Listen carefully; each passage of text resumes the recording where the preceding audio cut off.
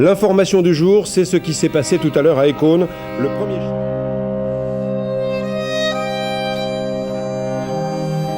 Le prélat français Monseigneur Lefebvre a défié l'Église, fort de ses milliers... Le schisme est là. Monseigneur Lefebvre a... Monseigneur Lefebvre s'est excommunié lui-même en...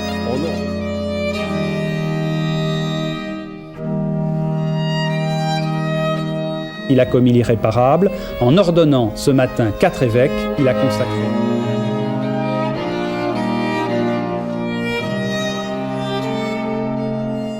« 1988. Monseigneur Marcel Lefebvre sacre sans l'accord de Rome 4 évêques.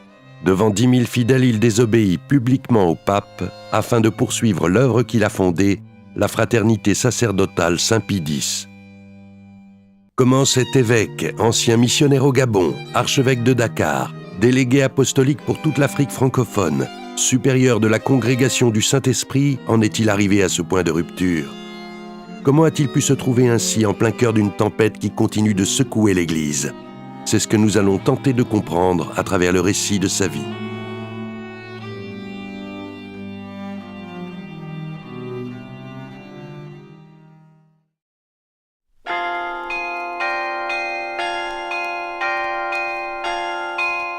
Marcel Lefebvre est né à Tourcoing, près de Lille, le 29 novembre 1905. Quand il voit le jour, l'économie de la France est prospère. Elle s'appuie sur les riches industries du Nord et de l'Est et sur le développement des grandes villes. Malgré la montée de l'anticléricalisme, la France demeure fervente. Dans chaque paroisse, plusieurs prêtres accueillent des centaines de fidèles.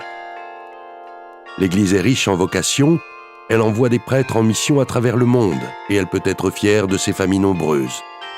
C'est dans l'une d'entre elles que naît Marcel Lefebvre. Mes parents allaient à la messe tous les jours. Et quand nous étions en vacances, nos parents nous envoyaient aussi et nous disaient d'aller à la messe tous les jours. Moi, j'y allais avec ma mère. Et comme je vous dis, on avait certainement une éducation très chrétienne. La foi, Dieu, les saints, tout ça, nous avons appris ça chez nous, à la maison, certainement. Leur père, René Lefebvre, dirige une usine de filature. Lorsqu'éclate la Grande Guerre de 1914, il sert de relais pour les services de renseignement anglais et belges. Au cours du second conflit mondial, il s'engagera à nouveau dans les services secrets, n'hésitant pas à héberger des fugitifs en pleine occupation, avant d'être capturé par les Allemands. Il a été condamné 2 fois à mort, et comme il cherchait d'autres renseignements, et que mon père était susceptible de les donner, ils l'ont gardé en vie. Et après, comme ils avaient trop de monde en prison, ils l'ont transporté dans un camp de concentration. Et ils l'ont transporté à Sollenbourg. Déporté pour fait de résistance, René Lefebvre meurt au camp polonais de Sonnenbourg le 4 mars 1944. La mère de Monseigneur Lefebvre, Gabrielle Watine, est très fervente. Membre de la conférence Saint-Vincent de Paul, elle passe beaucoup de temps à visiter les familles d'ouvriers de Tourcoing. Elle est également la supérieure du tiers-ordre de Saint-François, c'est-à-dire qu'elle suit une partie de la règle franciscaine. Elle était bonne, elle était douce, elle était tendre, elle était charitable. Tout le monde l'aimait. Et pour moi, elle a toujours été la personne parfaite. Et elle appréciait beaucoup son fils. Je ne sais pas, je ne crois pas qu'elle l'aimait plus que les autres, c'est pas ça. Mais elle avait conscience, certainement, que Marcel avait un destin différent des autres. Elle a toujours eu cette impression-là, j'en suis certaine. Sur les 8 enfants, les 5 aînés entreront dans les ordres. René et Marcel chez les Pères du Saint-Esprit, Jeanne sera sœur de Marie réparatrice, Bernadette sœur du Saint-Esprit et Christiane carmélite. C'est donc dans un univers profondément chrétien que grandit Marcel Lefebvre. L'essentiel de sa scolarité, il la passe au collège du Sacré-Cœur, à Tourcoing. Une institution qui a fourni des centaines de prêtres à l'Église. C'était un bon élève, hein. C'était le prototype du bon élève, rangé, sérieux. C'était mon ami d'enfance et j'ai été 8 ans avec lui sur le même banc du collège. Marcel était celui qui mettait toujours la paix entre tout le monde. C'était celui qui essayait toujours de tout arranger et qui avait peut-être le plus d'influence sur tous ses frères et sœurs. Encore maintenant, quand j'ai un problème, un jugement à rendre ou un problème à résoudre, automatiquement, si je sens vraiment le vouloir, je sais que je pense toujours qu'aurait dit Marcel, qu'aurait fait Marcel. C'est automatique. Et je pense que pour mes frères et sœurs, c'est la même chose. Il était un point de référence pour nous.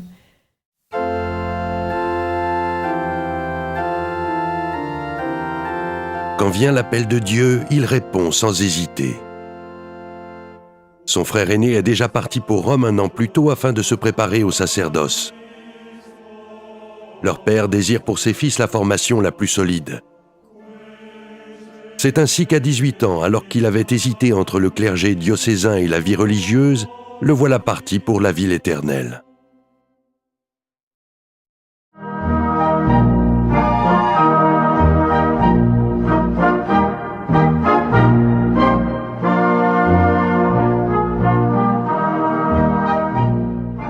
Il est logé à Santa Chiara, le séminaire français tenu par les Spiritains non loin de la Cité du Vatican.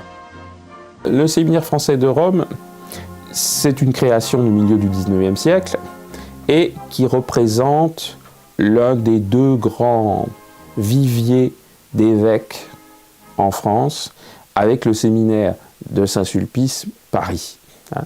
C'est une institution qui a été créée et qui a toujours cet esprit d'être une sorte de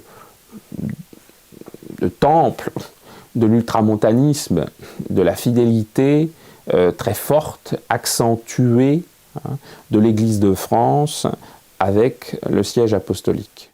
Le séminaire se trouve à l'époque dirigé par le père Henri Le Floch, dont l'esprit contre-révolutionnaire et antilibéral met en garde les futurs prêtres contre l'esprit du XIXe siècle qui souhaite séparer la société de l'Église catholique. Le père Le Floch, le directeur du séminaire, un spiritain, leur avait enseigné le Christ roi, la doctrine de la royauté sociale de Jésus-Christ. Et le père Feuchtli commentait l'encyclique Quas Primas du pape Pie XI en 1925 en insistant sur la place centrale de notre Seigneur Jésus-Christ dans toute la société. On insiste beaucoup sur le fait que Monseigneur Lefebvre a été formé dans le thomisme et dans la néoscolastique. Mais c'est partout pareil à l'époque. Ça n'a rien d'original. Que ce soit les séminaires français, que ce soit les autres, sont exactement sur ce même moule. Mais en 1927, le père Le Floch, pris dans les remous de la condamnation du mouvement royaliste l'Action française à cause de son antilibéralisme commun à celui de Charles Maurras, doit donner sa démission. Les séminaristes sont alors profondément marqués. Marcel Lefebvre, le séminariste Marcel Lefebvre, il n'est pas là. Il se trouve que c'est l'époque où il est au service militaire. Ça ne l'a pas touché directement parce qu'il n'était pas d'Action française, il n'avait jamais lu Maurras, mais c'est le départ du père Le Floch qui a été la conséquence de cette condamnation, donc le départ du directeur du séminaire qui l'a beaucoup choqué. Il a fait partie, je crois, de l'association des amis du père Le Floch, mais dans lesquels on trouve des gens d'horizons très différents. Le cas le plus frappant étant celui d'Alfred Ansel. Alfred Ansel, à Vatican II, va se retrouver à l'extrême opposé des positions de Marcel Lefebvre. Pourtant, l'un et l'autre communient dans la même admiration de ce supérieur. Le 21 septembre 1929, le jeune abbé Lefebvre est ordonné prêtre dans la chapelle des Dames du Sacré-Cœur à Lille par son évêque Monseigneur Achille Liénard. À la rentrée 1930, il devient vicaire dans la banlieue ouvrière de Lille, au Marais de l'Homme. Là, il va évangéliser les cheminots, les ouvriers textiles, les métallurgistes. Mais alors que son évêque lui confie un ministère, le jeune Marcel ressent en lui une vocation plus lointaine.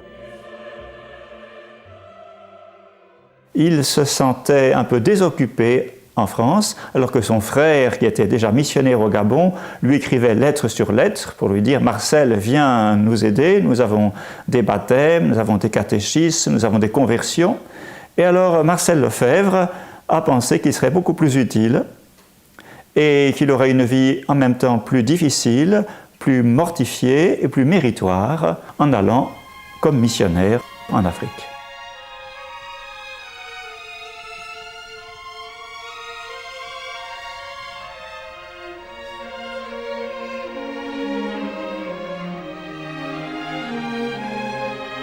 En 1931, Marcel Lefebvre est donc admis au noviciat des Pères du Saint-Esprit à Orly.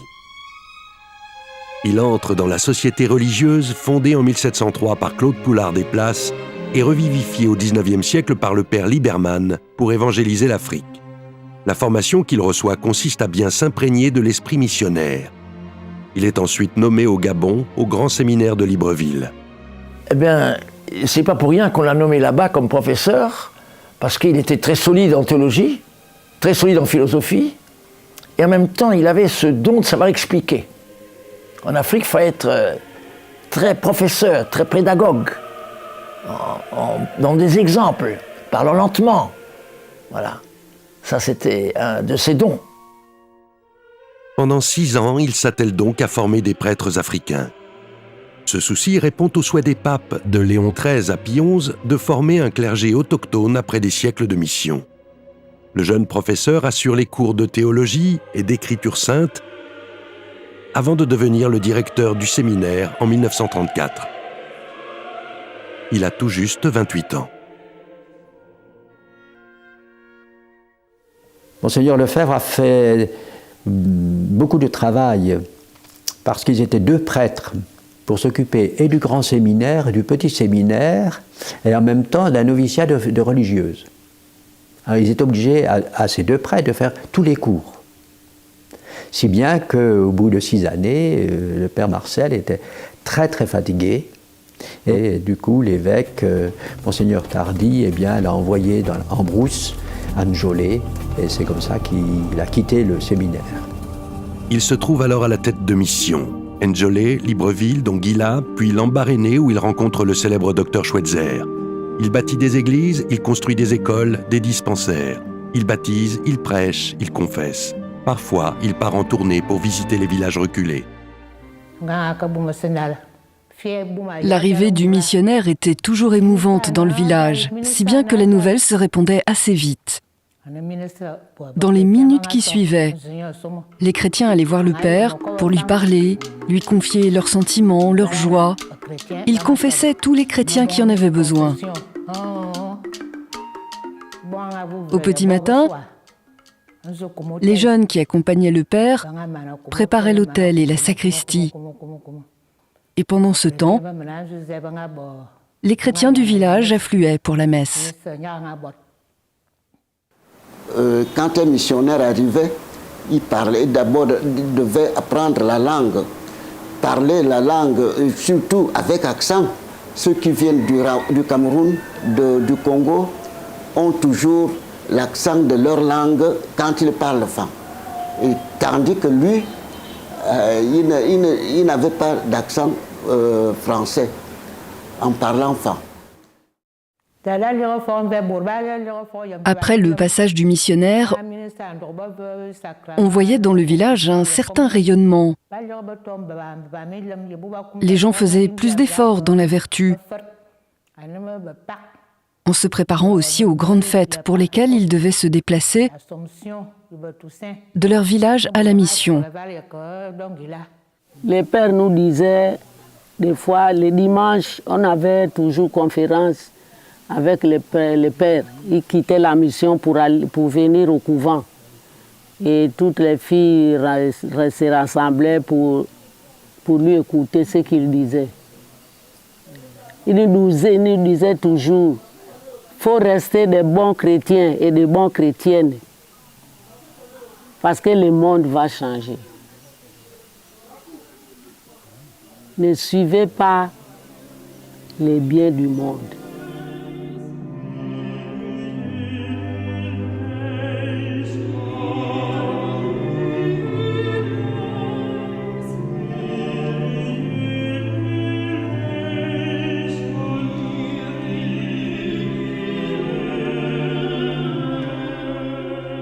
J'ai pu voir ces villages de païens devenir chrétiens et se transformer, non seulement, je dirais, spirituellement et surnaturellement, mais se transformer physiquement, socialement, économiquement, politiquement.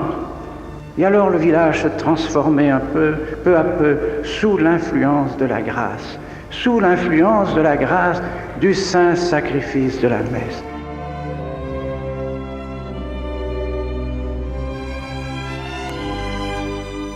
Des âmes aussi se sont consacrées alors à Dieu.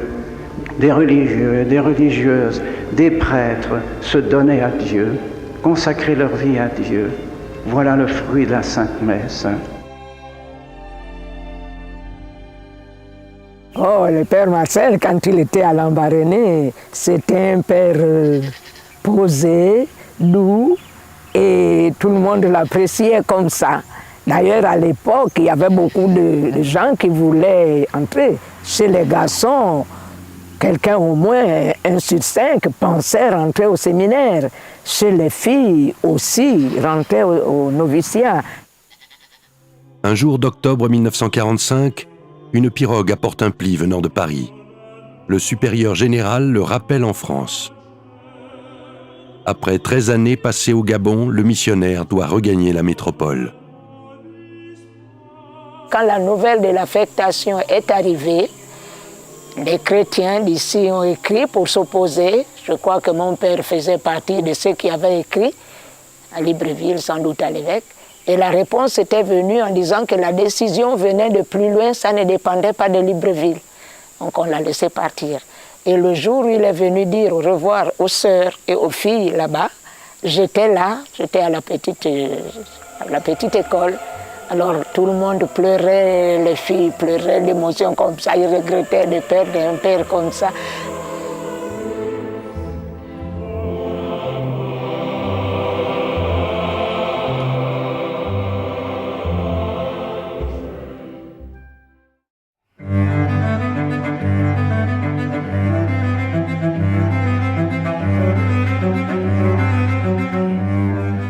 Le 1er novembre 1945, le père Lefebvre est nommé supérieur du Scholastica de Mortain, l'une des maisons de formation de sa congrégation.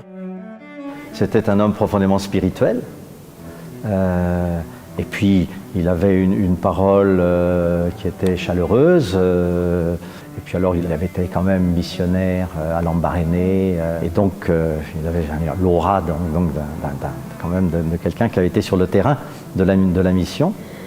Et puis, c'était un homme qui avait le sens de l'organisation. Au cœur de la Normandie, meurtrie par la guerre, il initie ses futurs prêtres à la théologie de saint Thomas d'Aquin.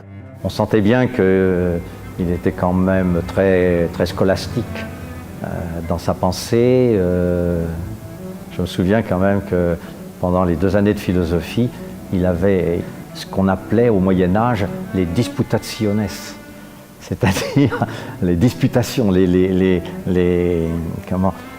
controverses.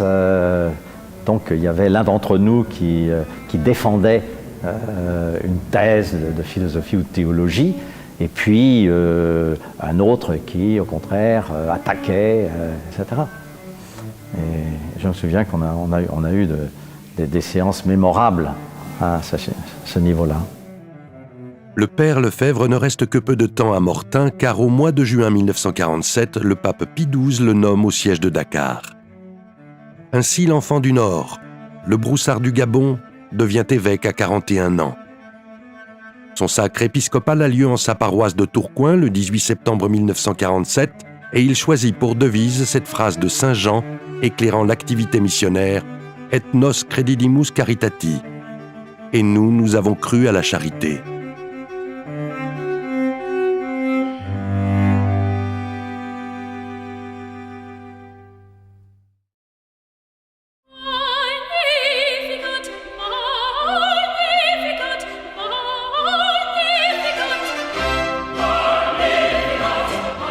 À l'époque, Dakar, ville à majorité musulmane, est la capitale de l'Afrique occidentale française, c'est-à-dire d'une grande partie de l'empire colonial français.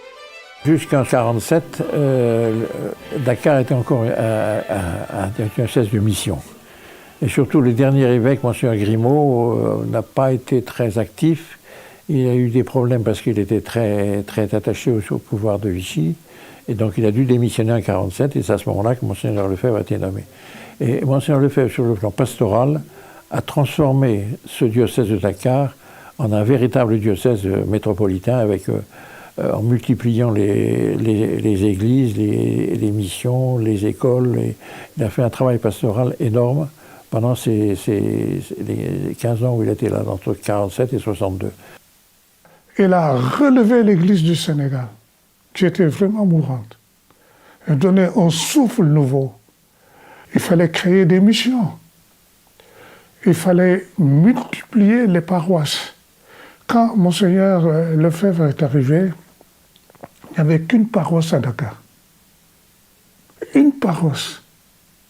Mais il n'y avait que la cathédrale comme paroisse dans tout Dakar. Bon, il y avait des dessertes, certainement, mais vous voyez ce qu'il a fait. Quand il a quitté, il a laissé je ne sais pas combien de paroisses dans Dakar. En 15 ans, le nombre d'ordinations est multiplié par 2. Le jeune archevêque, fort de son expérience de Libreville et de Mortain, est très attaché à la formation des prêtres.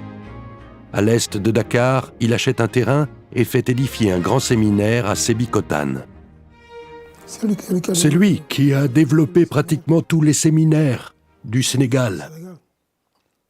On n'avait pas beaucoup de formateurs. Et c'est grâce à Monseigneur Lefebvre qui a fait appel à des professeurs pour relever un peu le niveau de formation de prêtres. Ça, c'était son souci. Dès qu'il pouvait, il venait nous rendre visite. Parce que Monseigneur Lefebvre tenait énormément à son séminaire. Et énormément à la formation aussi des jeunes gens qui étaient au séminaire. Mais il avait aussi un grand souci pastoral pour augmenter dans le territoire qui lui était confié, je dirais, les possibilités d'évangélisation. Et, voilà. Et il tenait donc beaucoup aux vocations africaines. Monseigneur Lefebvre est quand même un disciple des valeurs spirituelles que nous avons dans notre institut, notamment du Père Lieberman, qui ne voyait aucune possibilité d'évangélisation sérieuse de l'Afrique sans prêtres africains. Et ça, il l'avait chevillé dans sa conviction. Pour que naissent des vocations et des familles chrétiennes, il fait appel à de très nombreuses congrégations, soit pour enseigner, soit pour prier pour la sanctification des fidèles. Maristes, dominicains, frères du Sacré-Cœur, carmélites, tous sont appelés à collaborer à la christianisation du diocèse. Alors au Sénégal, Monseigneur Lefebvre a fait venir entrer une dizaine de nouvelles congrégations. Ça a été un des gros apports qu'il a fait à son diocèse et qui a permis donc de diversifier le personnel religieux. Et alors du côté des femmes, il y a eu peut-être une vingtaine de congrégations religieuses qui sont venues. Donc il a ouvert largement le diocèse de Dakar à des congrégations qui n'y travaillaient pas avant. Et ça a permis donc seulement de développer en particulier l'enseignement, puisque il y a eu donc les sœurs et l'hospitalisation. De son épiscopat, il a fondé, il a décidé. Oui. Et c'est pourquoi la richesse que nous avons dans le diocèse de Dakar, moi je peux dire en partie c'est lui. Oui. Parce que du côté enseignement, du côté école, tout ça, des maisons, des dispensaires, tout ça, moi j'ai retenu ça de lui. Ah, c'était un caractère. Monseigneur Lefebvre était quelqu'un de très séduisant, très poli, très correct, un grand monsieur. Mais pas un grand monsieur dans le sens de quelqu'un qui fait des complications, pas du tout, d'une grande simplicité, d'une grande douceur aussi, et très aimable. Moi, je garde un souvenir très, très profond de quelqu'un d'aussi affable et en même temps très spirituel. Pour lui, les valeurs spirituelles et la formation spirituelle était quelque chose d'essentiel à la formation des séminaristes. De son temps, je me rappelle, au bord de la mer, les prêtres venaient beaucoup en vacances ici pendant l'hivernal. Bon, il y en avait un qui était en culotte. Il lui avait reproché simplement, il dit que vous seriez mieux en soutane. Oui, oui. Il a vécu sa foi, on la voyait active ici, sa foi. Moi, j'avais l'impression qu'il priait tout le temps. Hein? Je ne sais pas si c'est vrai, mais j'avais l'impression, quand on voyageait avec lui, j'ai voyagé plusieurs fois avec lui, que j'avais l'impression qu'il priait tout le temps. Ça sortait de lui, quoi. C'était bien. C'était bon. Se sentir épaulé par un évêque comme ça, c'était bien. C'était pas un orateur extraordinaire, il parlait très simplement, mais alors vraiment pour lui, c'était la vie intérieure, la vie spirituelle, l'union à notre Seigneur. Quand il faisait la messe, on sentait aussi qu'il croyait en ce qu'il faisait. Par exemple, à l'approche de la consécration, on sentait qu'il était totalement concentré dans ce qu'il faisait. Il n'était distrait par rien. Et ça, quand on est un enfant, ça vous marque. Là, on a un évêque qui sait célébrer. Et le fait est, il célébrait bien. D'abord, je crois que c'est un spirituel. C'est un homme. On a l'impression qu'il priait quand il célébrait. C'était pas des rites qui s'additionnaient, c'était pas... Non, de ce côté-là, on aimait bien, oui. Près du grand séminaire, Monseigneur Lefebvre fait également venir des carmélites à Sébikotane. Il compte beaucoup sur les prières de ces dernières pour christianiser, comme au Gabon, cette terre qu'on lui a confiée et y établir le règne social de Jésus-Christ. Et vraiment, c'est ça qu'il voulait, le règne de notre Seigneur, le salut des âmes. Il ne pensait qu'à ça. Ce qui, lui-même, ne comptait pas, il était très humble, très modeste.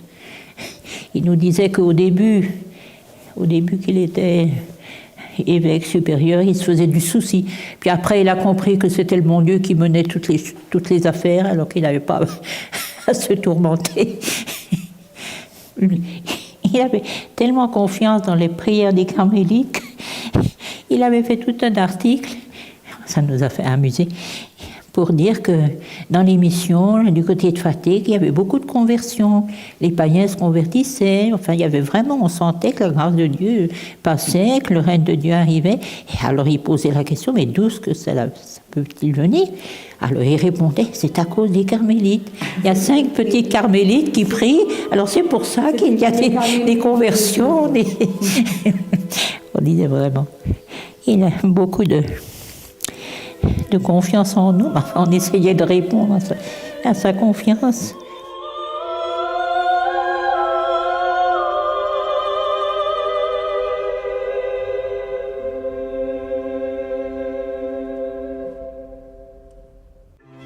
Et nos credidimus caritati. Nous avons cru à la charité. Je retrouvais Monseigneur Lefebvre dans sa devise. Il a répandu la charité. À travers toutes ses œuvres, je voyais la charité là, qu'elle répandait. Lefebvre, après son ordination et après sa nomination comme délégué apostolique pour toute l'Afrique française et Madagascar, partout, à l'exemple du Christ, il a fait du bien. Partout.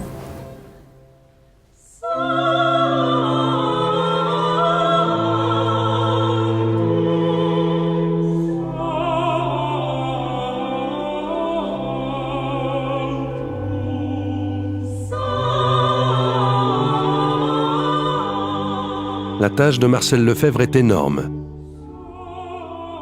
Car dès 1948, il cumule sa charge d'archevêque avec celle de délégué apostolique pour l'Afrique francophone. Il devient alors le représentant du pape sur des territoires qui vont du Maroc jusqu'à Madagascar et le principal personnage de l'Église sur tout le continent. En tant que délégué apostolique, il était le représentant du Saint-Siège, précisément. C'est le rôle qu'auront plus tard les nonces, avec cette différence qu'il n'avait pas, sa nonciature n'était pas un seul pays, mais était l'ensemble des pays francophones d'Afrique de l'Ouest. Pas d'Afrique de l'Ouest, de toute l'Afrique, puisque même Madagascar faisait partie de son territoire. Le président Houphouët-Boigny lui donnait et une voiture, une belle voiture et un avion pour aller où il voulait, avec obligation pour tout le monde de le recevoir et de l'honorer comme délégué apostolique. C'est là où on voit qu'en Afrique, on ne comprend pas la question de laïcité de l'État.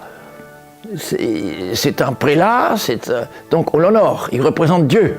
Voilà, ça c'était typique.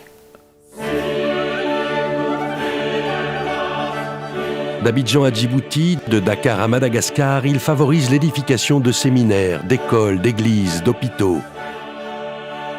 Il crée 40 nouveaux diocèses et y place des évêques autochtones. Et chaque année, il se trouve à Rome pour présenter ses travaux au pape. C'est à cette époque que Pie XII rédige la grande encyclique sur les missions, Fidei Donum. Pie XII, dans ce mouvement-là, était en accord, ou on va dire, Lefebvre était en accord avec Pie XII. Ils ont été dans... On a même dit, mais moi je n'ai pas de preuve de ça, que c'est la pensée de Lefebvre qui s'est concrétisée dans le document du pape, dans l'encyclique. Mais enfin, en même temps, Pie XII, un conservateur, en même temps, une vision nouvelle de l'avenir de l'Afrique. Ça peut plaire à Lefebvre, les deux. Monseigneur Lefebvre pose les jalons de l'Église d'Afrique à une époque où le continent est en pleine mutation. Le mouvement de décolonisation touche tour à tour tous les pays. L'archevêque craint surtout que ce mouvement se fasse au détriment du christianisme. Il pensait que cela favoriserait le développement du communisme. Il était très opposé, bien sûr, au communisme, mais il pensait que la décolonisation était un mouvement inspiré par les communistes. 1962, il a 56 ans. Vient l'heure du départ. Le nouveau pape Jean XXIII veut définitivement favoriser l'installation d'évêques locaux, et Monseigneur Lefebvre, qui perd toutes ses prérogatives, est invité à retourner en France. Mais son pays natal a profondément changé depuis son départ, il y a 30 ans. C'est que dans les années 50, se rallume la guerre intégriste, progressiste. Déjà, il y a déjà des débats où, par rapport à l'attitude qu'il faut avoir dans le contexte de guerre froide qui reste encore quand même très prenant, est-ce que on cherche une alliance avec ce monde lié au Parti communiste et sous ses différentes ramifications, ou si on se place dans une position d'anticommunisme ferme, résolue, nette, comme le décret du Saint-Office de 1949 y invite. Or, il y a des flottements au sein de l'Église de France, il y a une partie de l'Église de France qui est attirée par l'idée que l'avenir de l'humanité est porté par la classe ouvrière, et donc il faut, je ne dis pas se rallier au Parti communiste, et pas ça du tout, ni à ses organisations, mais qu'il faut garder le contact avec le mouvement ouvrier. Or, en 1959, Monseigneur Marcel Lefebvre s'est exprimé publiquement contre l'idéologie communiste. Et il explique, n'est-ce pas, que c'est tout à fait la ligne de l'Église de s'opposer aux conséquences de la Révolution française, de s'opposer aux faux principes des Lumières, de s'opposer à l'hérésie, à la fausseté des droits de l'homme. Là, on peut dire qu'à l'année 59, toutes les cartes sont déjà sur la table. En France, l'épiscopat voit d'un assez mauvais œil l'arrivée de cet archevêque missionnaire prenant si facilement position. Aussi lui propose-t-on le diocèse de Tulle, l'un des plus déshérités du centre de la France. Vous savez qu'en France, quand on a un général qui n'est pas apprécié, on le limoge. tue les Limoges, c'est à côté. Et on disait, Lefebvre n'a pas été limogé, il a été tulisé. Mais il ne reste que très peu de temps à Tulle, puisque la même année 1962, le chapitre général des Spiritains l'élit pour devenir leur supérieur général. Il va désormais voyager à travers le monde entier, depuis son bureau situé à Paris, puis à Rome. Il est à la tête d'une congrégation de 5000 membres, établie dans 300 diocèses. Il jouissait d'une aura assez grande et d'un appui institutionnel. Donc son élection s'est faite d'une manière royale. Ça a été extrêmement rapide, il n'y a pas eu de délai, les choses se sont passées très très bien. Et c'est un candidat qui apparaît dans la logique de sa position des années 50 comme un réformateur patchélien très prudent.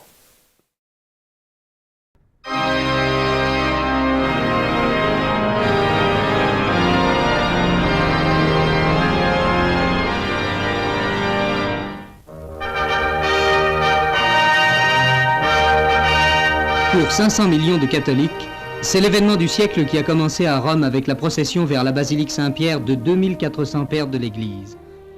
Le 11 octobre 1962 s'ouvre le Concile Vatican II, le premier concile de l'Église depuis près d'un siècle. Cette procession exceptionnelle préludait à l'ouverture par le pape Jean XXIII du Concile écuménique. En tant qu'évêque et ayant activement participé à sa préparation, Monseigneur Lefebvre fait partie des pères conciliaires.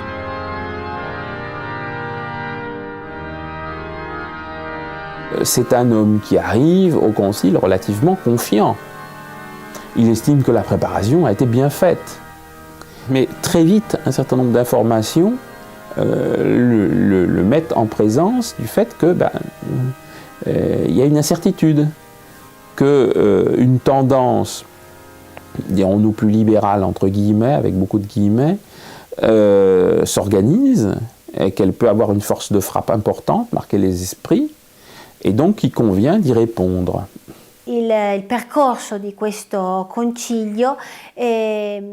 Le déroulement de ce concile a été, pour ainsi dire, perturbé dès les premiers jours.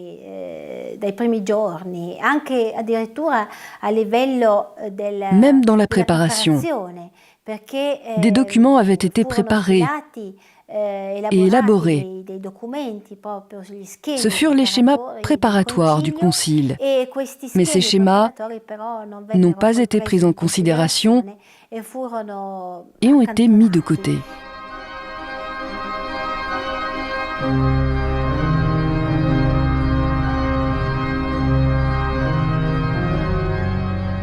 Les schémas préparés depuis 3 ans sont ainsi rejetés dès les premiers jours. Des courants révolutionnaires s'imposèrent avec force. Surtout ceux de la nouvelle théologie. Et en pratique, les grands inspirateurs furent particulièrement les théologiens français.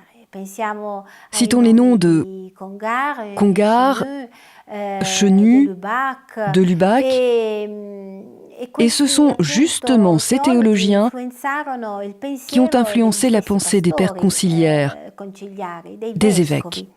Ça choquerait bien le monde si l'Église arrivait donnant cette impression.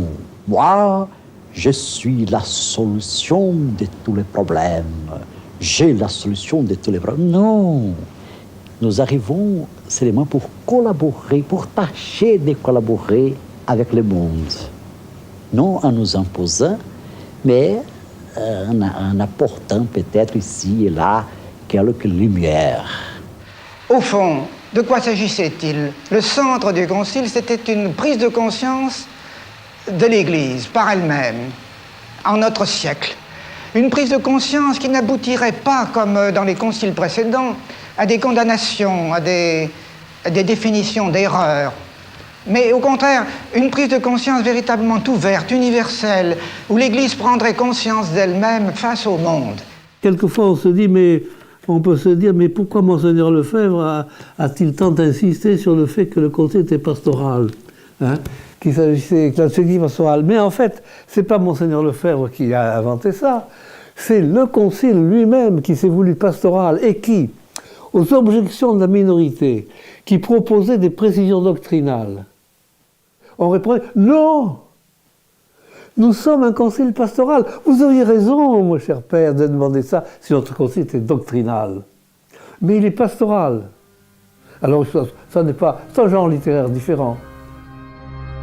Alors même qu'ils affirment ne pas toucher au dogme catholique, les évêques vont voter des textes fondamentaux qui modifient les rapports de l'Église avec le monde.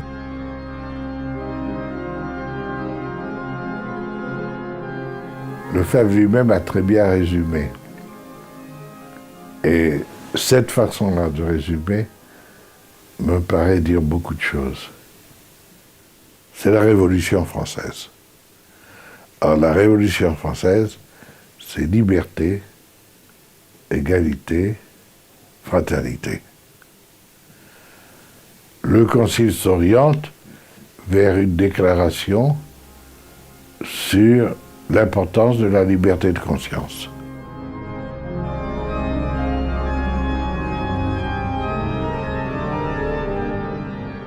Condamnée par les papes au XIXe siècle, la liberté religieuse est reconnue par le Concile Vatican II. Elle accorde désormais à tout homme le droit de professer ouvertement ce que lui dicte sa conscience. Le vote provoque des réactions dans le monde entier.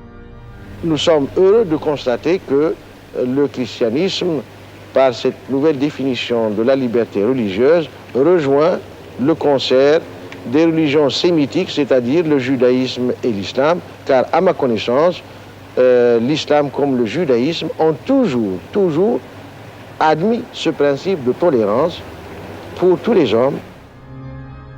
Monseigneur Lefebvre refuse de voter en faveur du texte sur la liberté religieuse. Il y voit une manière de promouvoir l'erreur, au même rang que la vérité.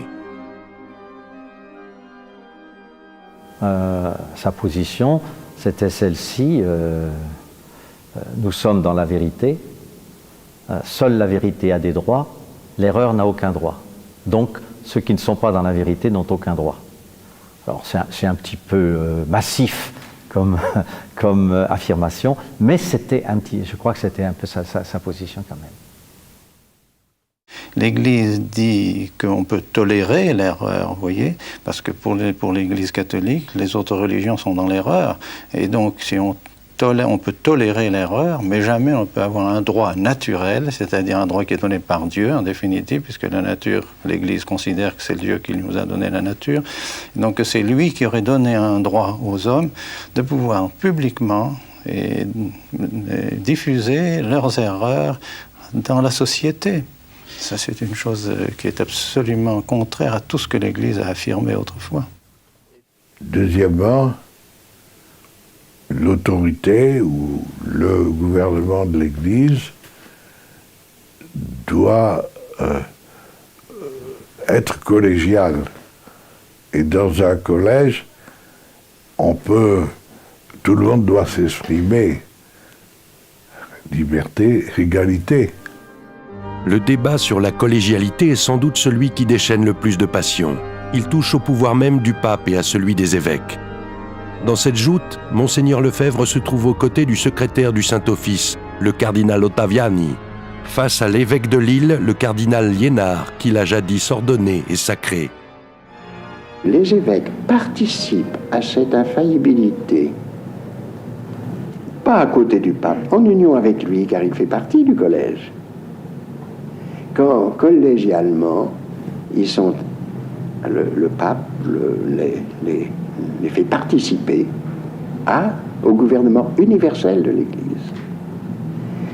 Ça se fait au concile, le concile est infaillible, et ce sont les évêques, unis au pape. On ne peut pas imposer, même par un concile, on ne peut pas donner cette imposition au Saint-Père. Il a reçu seul, et individuellement, le mandat par notre Seigneur d'être la base, le fondement de l'Église et d'être le pasteur universel.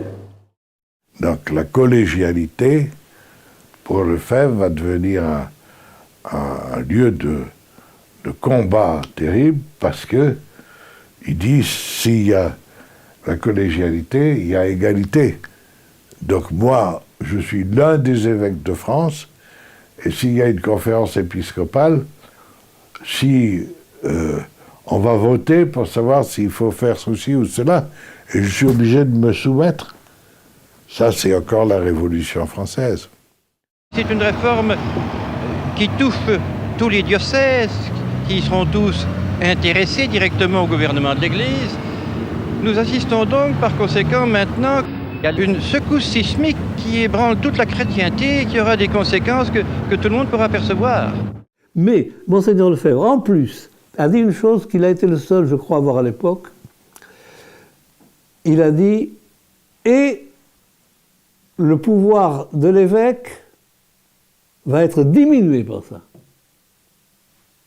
Le pouvoir de l'évêque dans son diocèse. Et en effet, l'attention n'était pas attirée sur ce point, mais il l'avait très bien vu, parce qu'on voit qu'avec le développement du noyau dirigeant de l'administration centrale des épiscopats, l'évêque, il est très, sa responsabilité personnelle est très diminuée. Le Concile va également profondément modifier le rapport de l'Église avec les autres religions. Désormais, ceux qui se seront séparés de l'Église sont considérés comme des frères dans la foi. L'Église se disait, on s'est séparés de moi, que ceux qui se sont séparés reviennent à moi, n'est-ce pas? Ce sont eux qui ont à faire le chemin. Tandis que maintenant, et je crois que c'est la nouveauté profonde de l'œcuménisme qu'on voit dans ce concile, les catholiques songent que la conversion qui fera l'unité de l'Église n'est pas en quelque sorte à sens unique. Mais nous, alors ceci est très nouveau, nous sentons, nous savons, nous proclamons, nous autres catholiques, que nous avons aussi un grand effort à faire dans notre Église pour pouvoir accueillir tous nos frères séparés de manière à ce qu'ils se sentent libres dans une Église vraiment une. L'œcuménisme, n'est-ce pas, met pratiquement toutes les religions sur le même pied et donne le droit commun à toutes les religions. Et c'est là, précisément, un problème, à mon sens, excessivement grave. Parce que le fait de mettre toutes les religions sur le même pied détruit l'Église. Si l'Église, se disant, doit se dire comme la seule vraie et possédant seule la vérité, si elle met ce qu'elle appelle les erreurs, les autres religions erronées, sur le même pied qu'elle, nécessairement, elle n'a plus qu'à disparaître, elle n'a plus de raison d'être. On ne parle plus des protestants comme des hérétiques. C'est nos frères dans la foi. Tout juste si on ne va pas nous dire que les musulmans sont encore nos frères parce qu'ils croient en Dieu. Fraternité. Liberté, égalité, fraternité. Pour Monseigneur Lefebvre, c'est le diable qui rentre. Le diable, c'est la Révolution française qui rentre dans l'Église. L'essentiel du concile se joue dans les coulisses et l'organisation en amont des pères libéraux permet le succès de leurs idées. Ce n'est que bien tardivement que quelques évêques conservateurs s'organisent. Avec l'italien Carli et les brésiliens de Proença-Sigo et de Castro-Mayer, Monseigneur Lefebvre constitue le Cetus Internationalis Patrum, le groupe international des pères. Ce petit Cetus était une organisation qui a regroupé 250 pères conciliaires, donc des évêques, qui ne signaient rien pour entrer au Cetus, c'était simplement une liste d'adresses. Et alors, Monseigneur Lefebvre a été nommé président et il a surtout organisé les choses matérielles, par exemple les rotatives, les machines à photocopier, le travail des secrétaires qui devaient taper chaque jour des consignes de vote pour la session suivante. Et si bien que grâce à cette organisation pratique de Monseigneur Lefebvre, ils sont arrivés à bloquer plusieurs fois la machine progressiste au Concile. Ils ont remporté quelques victoires, en particulier reporté 5 fois de suite le document sur la liberté religieuse. Incontestablement, là, il y a eu une montée en puissance de cette action, parce que Paul VI voulait obtenir l'accord le plus unanime possible. Et donc, de ce point de vue, il a été amené à faire un certain nombre de concessions. Alors, soit en retouchant lui-même certains textes, par exemple le texte sur l'œcuménisme, il y a certaines formules qui ont été retouchées par le pape en se fondant sur des amendements que le Cetus avait déposés. Le 8 décembre 1965, le pape Paul VI clôt officiellement Vatican II. Une page se tourne pour l'Église. Du côté conservateur, l'inquiétude est forte et l'on pense déjà à minimiser le concile dans son application. En tant que supérieur général, Monseigneur Lefebvre est tenu de l'appliquer dans sa congrégation. Je pense qu'il est au début dans l'idée que, au fond, l'application du concile va être tenue par Rome et que l'essentiel des points qu'il estime dangereux seront tenus sous contrôle. Il se trouve que entre 66 et 68, comme supérieur général encore des Spiritains, il a pu voir les dérapages qui sont déjà à l'œuvre, notamment dans la province spiritaine de Hollande. La province est déjà complètement hors contrôle, totalement. En particulier sur les jeunes, les scolastiques et autres. Ils attendent le mariage des prêtres, ils se moquent des constitutions. Dans la préparation du chapitre, tout est considéré comme dépassé, ridicule, etc. On est passé de l'autre côté du miroir déjà, et on est avant mai 68. Cette année-là, Monseigneur Lefebvre, qui avait pourtant été élu supérieur général pour 12 ans, donne sa démission. Il prend de plein fouet la crise du sacerdoce. Alors cette crise du sacerdoce, elle a démarré au cours des années 60, et à partir de mai 68, Échange et dialogue, qui date, le manifeste qui date de l'automne 68, et qui appelle mariage des prêtres, engagement politique et engagement syndical et travail. Et donc à une désacerdotalisation, à une désacralisation complète de la fonction sacerdotale.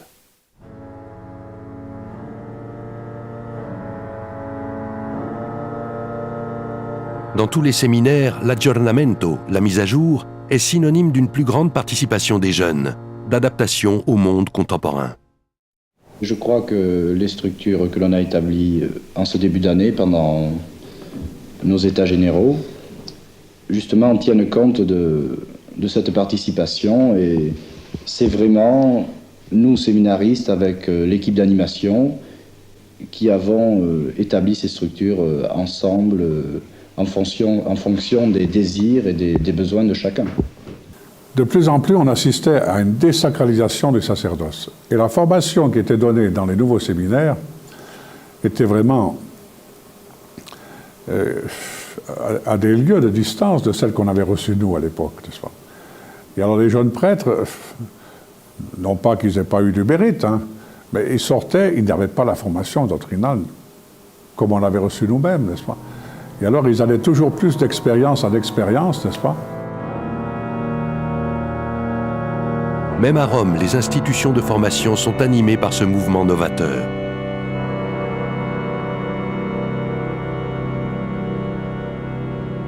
Au séminaire français, j'espérais trouver ce qu'il fallait, et c'est lorsque les séminaristes français, en pleine période d'élection italienne, ont mis une banderole qu'ils avaient ramassée par terre, sur lequel on pouvait lire « Vota comunista », « Voter communiste », ils l'ont mis sur la terrasse du séminaire, ça a fait l'objet d'articles de journaux, et les mêmes séminaristes, quelque temps après, ont fait une procession blasphématoire avec une statue du Sacré-Cœur qu'ils avaient coiffée d'une perruque Louis XV. Donc cette statue est restée dans le bureau d'un séminariste, dans la chambre des séminaristes, pendant 1 mois, sans que personne ne dise rien. C'est à cette même époque que le cardinal Marty, alors archevêque de Paris, fait l'éloge du mouvement contestataire de mai 68. Vous avez été ému aussi par tous les événements qui se sont déroulés en mai dernier. L'irruption de toute une jeunesse qui tout à coup veut prendre sa place dans la vie. On a senti aussi dans ces événements de mai tout un sérieux de la classe ouvrière, qui veut non seulement gagner son salaire pour vivre, mais une classe ouvrière qui veut trouver sa liberté, qui veut être indépendante, qui veut elle aussi être respectée pour ce qu'elle est. Beaucoup de catholiques s'éloignent de l'Église parce que ces sermons progressistes de gauche, cette absence de réaction devant les actions communistes, devant très importante, devant la propagande communiste, l'idéologie communiste, tout ça, voilà, il y a un évêque. Il y a un évêque qui parle du communisme. Que disent les communistes? Ils disent que la religion est une aliénation. Oui, c'est vrai, la religion est une aliénation, en ce sens que nous donnons nos corps, nos âmes, notre intelligence, notre volonté dans les mains de Dieu. Nous nous aliénons pour nous donner tout entier à Dieu, tout entier à celui qui nous a créés. Vous vous aliénez pour un parti, pour des hommes. Vous mettez toute votre nature, toute votre puissance, tout ce que vous avez dans les mains des hommes. J'ai vu beaucoup de gens à cette époque-là qui sont revenus à une pratique religieuse, d'ailleurs, avec un évêque comme ça. Mais aux yeux des fidèles, la mutation la plus visible issue du Concile reste sans doute celle de la liturgie. Dès 1969, Paul VI ordonne l'application du nouvel ordo en lieu et place de l'antique missel, dit de Saint Pie V. Après la consécration, c'est la communion, sous les deux espèces.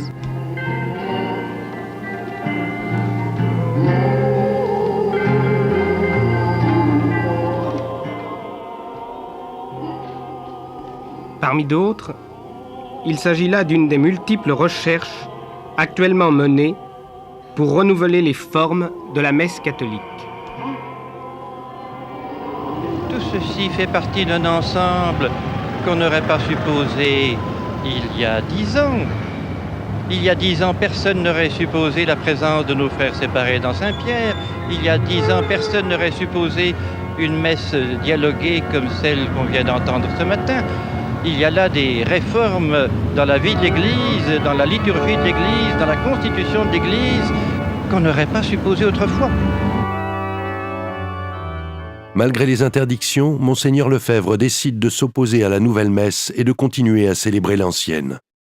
Il avait parfaitement conscience que cette messe avait été faite en accord avec les protestants pour éliminer tout ce qui faisait de la peine aux protestants, et que de ce fait, ne rappelant plus la vérité fondamentale de la foi, on risquait de la perdre.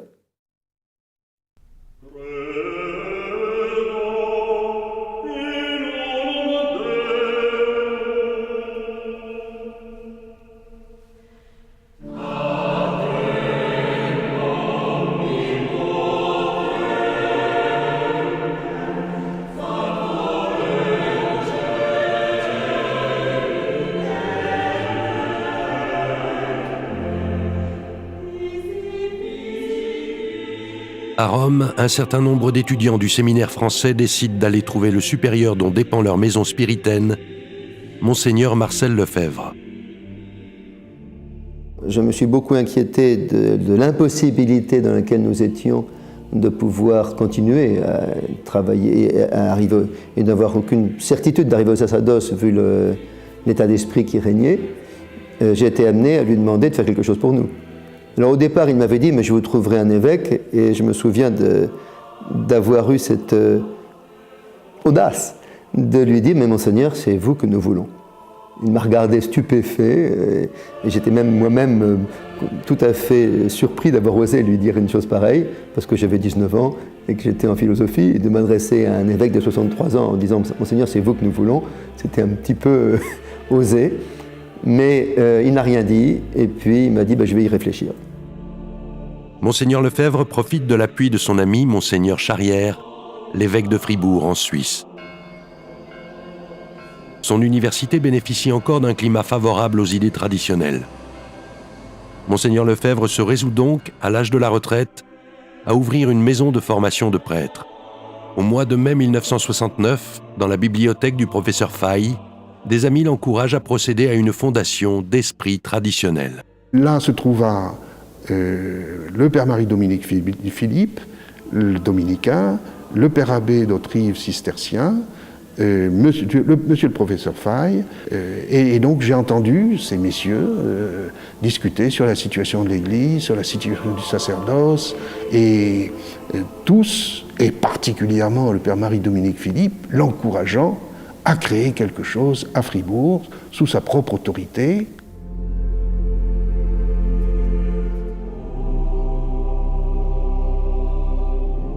C'est ainsi que quelques mois plus tard, l'archevêque ouvre une première année de formation sacerdotale.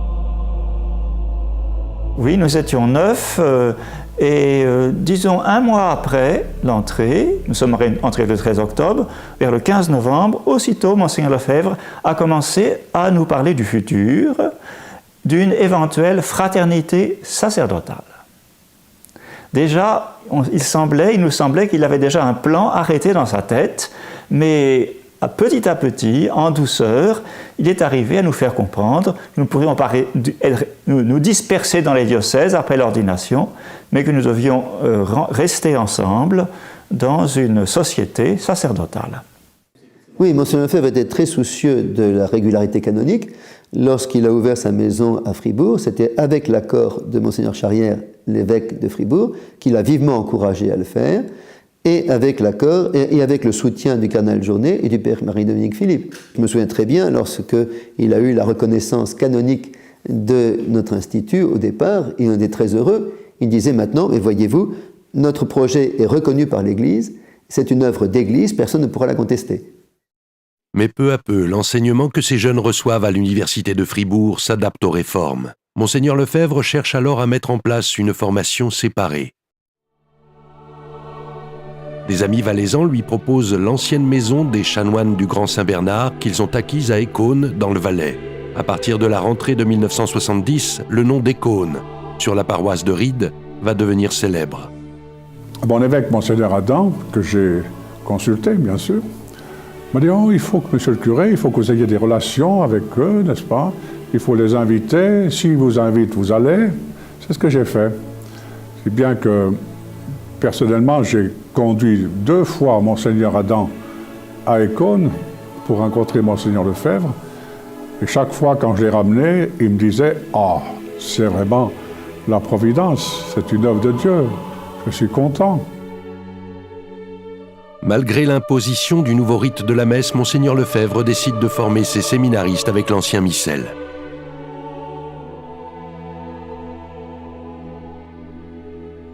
Il commence à parler de la messe et vous voyez, c'était toute sa foi qui s'exprimait, c'était même impressionnant.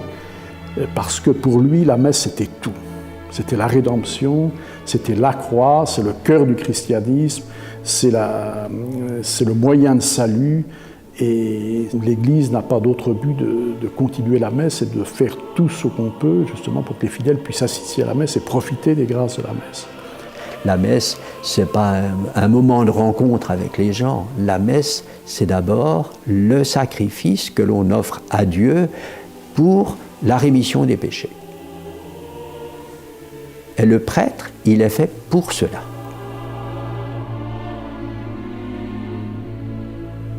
Le séminaire a commencé comme ça. Et puis, chaque année, d'autres séminaristes venaient, si bien que la maison s'est trouvée trop petite. Il a fallu envisager des constructions. Quand il a fallu qu'ils partent pour agrandir le premier bâtiment d'Écaune, moi j'étais à cette réunion-là un soir. Il y avait l'architecte, il y avait M. Pedroni qui s'occupait de surveiller les travaux, il y avait le directeur du séminaire, il y avait l'économe général, je ne sais pas qui c'était à l'époque, enfin bref. Et il disait, je ne peux pas continuer, je n'ai plus de moyens. Il a dit non, on ne fait rien, on ne fait rien, on ne fait rien. Ils m'ont dit, Monseigneur, il faut faire une aile, il faut agrandir, il faut agrandir, il faut agrandir. Non, je n'ai pas les sous, je ne fais pas. Je n'ai pas la moitié des sous, je ne fais pas. Il avait une règle stricte, si je n'ai pas la moitié du budget, je ne fais pas, c'est un signe de la Providence. Et tout d'un coup, on vient l'appeler, Monseigneur, il y a un téléphone pour vous. Quand on l'appelle, c'était 9h du soir, au téléphone de Paris, il revient, il dit, messieurs, on peut commencer les travaux. Le téléphone qu'il venait de recevoir émanait d'une personne qui lui faisait un don, qui lui permettait d'envisager la continuation de l'œuvre. En quelques mois, Monseigneur Lefebvre parvient ainsi à former des dizaines de prêtres dans un esprit traditionnel. De Rome, des cardinaux lui adressent des lettres d'encouragement. la fraternité Saint-Pédis est entièrement approuvée. Évidemment, l'épiscopat français s'est tout de suite aperçu du danger que représentait ce séminaire qui formait des prêtres uniquement pour la messe tridentine et qui refuserait la messe nouvelle. Et c'est tout particulièrement le monseigneur Etchegaray qui dressa tout de suite la première opposition en déclarant ce séminaire d'Écône un séminaire sauvage. À l'automne 1972, les évêques de France prennent à Lourdes des dispositions. Peu à peu, les portes se ferment pour les prêtres d'Écône. Lors des rendez-vous romains, on reproche à Monseigneur Lefebvre de ne pas célébrer la nouvelle messe. Au mois de novembre 1974, 2 envoyés de Rome sont diligentés par la secrétairerie d'État pour inspecter Écône. Écône a reçu une visite apostolique. Une visite apostolique, c'est-à-dire des envoyés du pape qui viennent voir comment ça se passe, interroger les autres. C'est une démarche canonique normale. On fait une visite apostolique dans un diocèse ou dans un monastère, voilà. Et donc Monseigneur Lefebvre revient vite au séminaire, réunit son monde, fait une conférence, dit ce qu'est une visite apostolique, il apaise tout son petit monde, et on attend le lendemain matin, 11 novembre, arrivent les Oncelin et Deschamps. Et en attendant, moi je me rappelle très bien, on se promenait le long du grand couloir avec Monseigneur Lefebvre, et il me dit, car il savait bien que c'était le début des complications avec Rome, il dit « J'aurais préféré mourir que de me trouver en opposition avec Rome ». Mais Monseigneur Lefebvre est profondément scandalisé par ces 2 représentants du pape. Il s'aperçoit que dans les conversations qu'ils ont avec les séminaristes, ils l'interrogent, ils parlent, etc., mais qu'eux, ils font état, ils ne se cachent pas de douter de la résurrection physique de notre Seigneur Jésus-Christ. Ils n'ont jamais assisté à la moindre messe pendant les 2 jours où je crois qu'ils sont restés au séminaire. Et ils tinrent des propos tellement révolutionnaires auprès de Monseigneur Lefebvre que Monseigneur Lefebvre en a fait cette fameuse déclaration du 21 novembre 1974. Nous adhérons de tout notre cœur, de toute notre âme, à la Rome catholique, gardienne de la foi catholique, et des traditions nécessaires au maintien de cette foi, à la Rome éternelle, maîtresse de sagesse et de vérité. Nous refusons par contre, et nous avons toujours refusé, de suivre la Rome de tendance néo-moderniste, néo-protestante, qui s'est manifestée clairement dans le Concile Vatican II, et après le Concile dans toutes les réformes qui en sont issues. Aucune autorité, même la plus élevée dans la hiérarchie, ne peut nous contraindre à abandonner ou à diminuer notre foi catholique.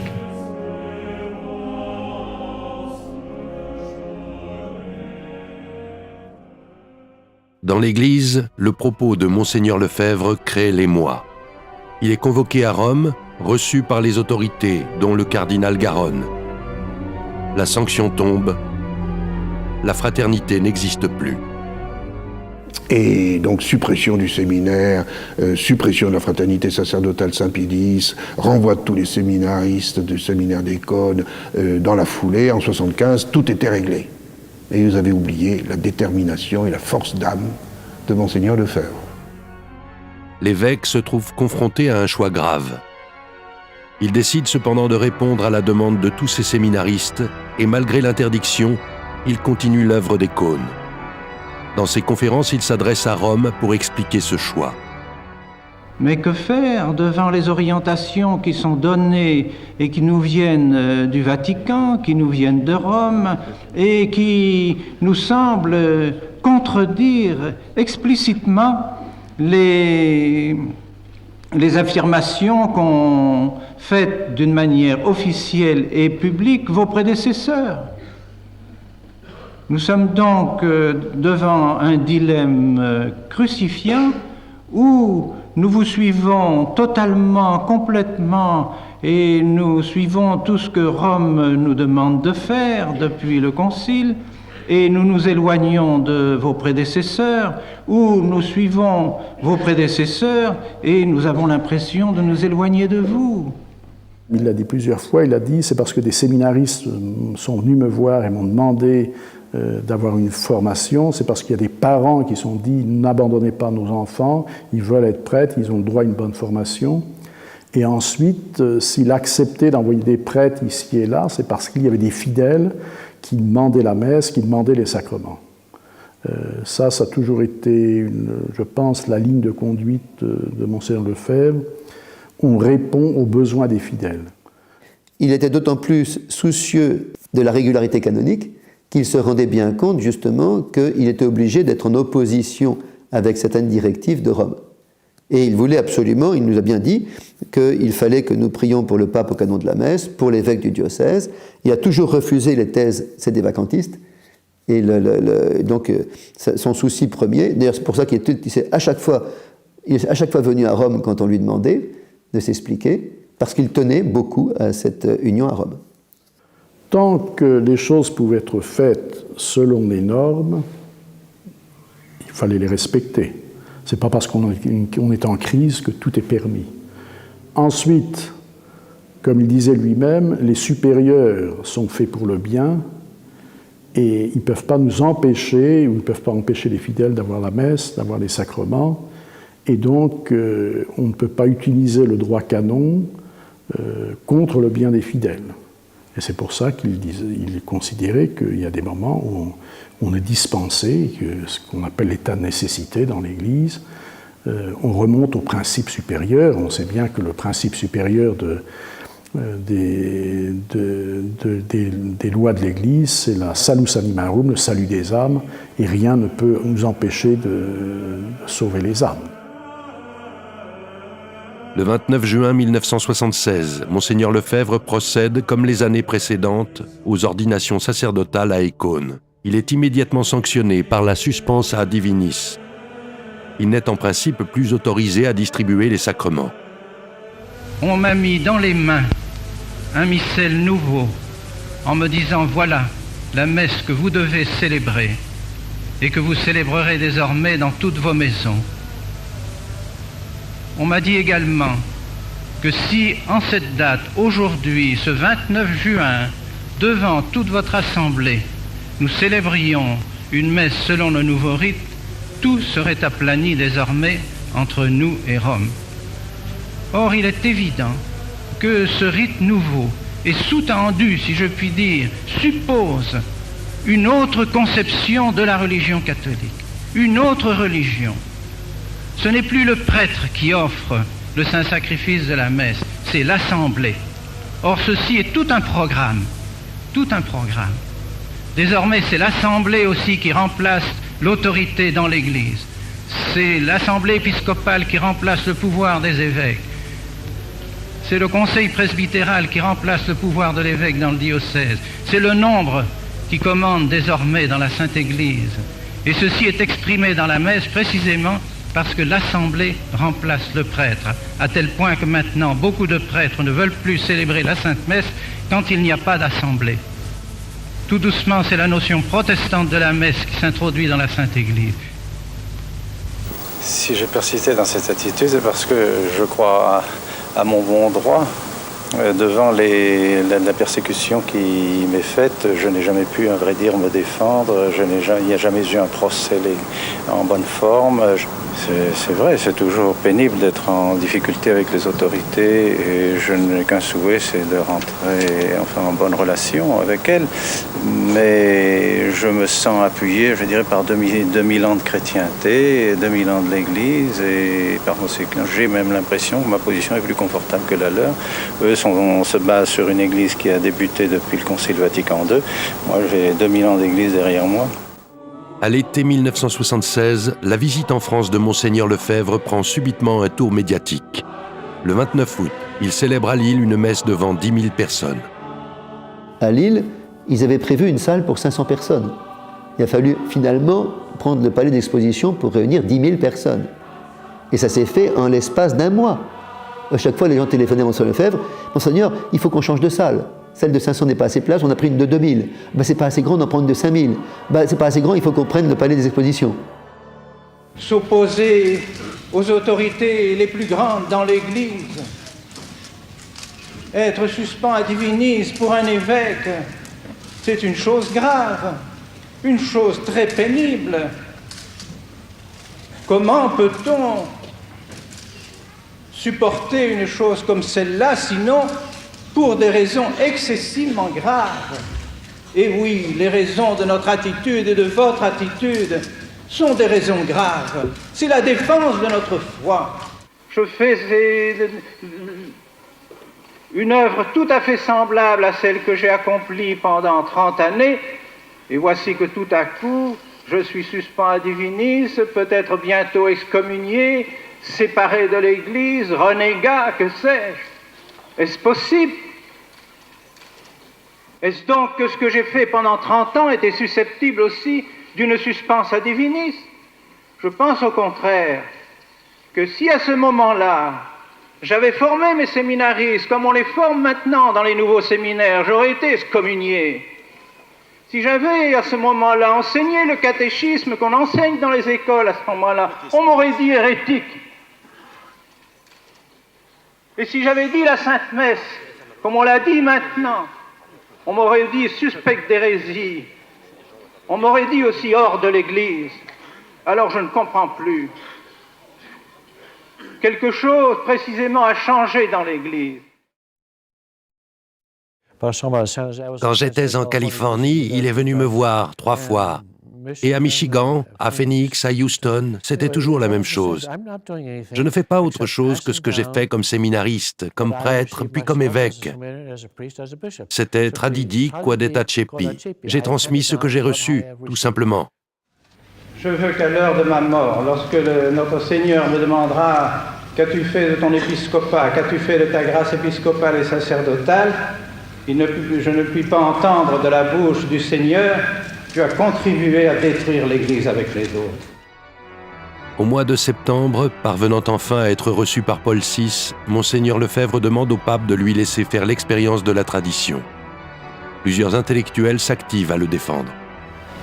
Monseigneur Lefebvre est un homme que j'admire et qui a fait beaucoup de bien. Il a fait ceci. D'abord, il a rappelé à beaucoup de Français qu'ils avaient une religion. Il les a forcés à s'interroger sur cette religion, sur leur foi. Qu'est-ce que je crois? Et est-ce que je suis vraiment catholique romain ou quoi? Est-ce que je vais vers quoi allons-nous? Monseigneur Lefebvre est très attaché à la messe dite de Saint Pie V, qui est d'ailleurs pas de Saint Pie V, mais une messe très antique. Parce qu'il pense que c'est la messe que tous les fidèles, tous les catholiques ont dit, c'est la messe de Pascal, c'est la messe du curé d'Ars, c'est la messe du père de Foucault. Et il ne comprend pas qu'on permette beaucoup d'autres messes, beaucoup d'autres rites, sauf un seul rite, le rite qui était le rite de la messe pendant tant de siècles. Alors moi je pense, naturellement, si je le dirais respectueusement au pape, si vous étiez Paul VI. Oui, c'est ça. Ben je permettrais, dans certaines circonstances, de la messe de Saint Pie V. Alors ça dénouerait immédiatement une situation très grave, parce que je pense que l'enjeu de cette crise est très grave, n'est-ce pas? Paul VI a dit « Je vais voir, je vais réfléchir, je vais prier, je vais consulter ». Mais ultérieurement, semble-t-il, il a changé d'avis et il a déclaré à Jean Guiton, plusieurs semaines après, il n'est pas question d'accorder la liberté du missel traditionnel, ça serait d'évaluer toute l'œuvre du Concile. Parmi les conseillers de Paul VI, le cardinal français Gabriel Garonne a fait partie de la commission qui a reçu Monseigneur Lefebvre et entraîné sa condamnation. Vous savez, cette affaire, pour mon compte, lorsque Monseigneur a pris sa décision, pour moi, m'a évidemment bouleversé. Je me retourne, je me dis, si j'avais à recommencer, je ne ferais pas autre chose que ce que j'ai fait en conscience. Quand j'ai entendu dire que j'étais de ceux qui faisaient pression sur le pape en cette affaire, j'en ai été simplement stupéfait. J'ai reçu une mission, je l'ai remplie, j'ai remis mon devoir, comme disait Mauriac. Après quoi, je ne me suis plus en aucune façon intéressé à la suite des choses. En tout cas, nous, séminaristes, nous ne demandions qu'une chose, c'était de continuer. l'un ou l'autre professeur, nous savons, fallait obéir dans un premier temps, et puis discuter, et puis peut-être qu'on pourrait continuer après. Monseigneur Lefebvre connaissait les gens avec qui il avait déjà discuté, avec qui il avait affaire à Rome, connaissait ces Romains, il connaissait la Rome moderniste, mais il préférait la Rome éternelle, et il avait choisi déjà la Rome éternelle. Donc, pour lui, sa décision, c'était de continuer. Il a souvent voyagé en Afrique, aux États-Unis, en Amérique du Sud, dans les différents pays d'Europe. Partout, il a prêché. Il a essayé de prendre contact avec les groupes qui combattaient pour le même but, pour la foi, pour le catéchisme traditionnel, pour la messe, à la demande des prêtres. Et il a aussi attiré les vocations.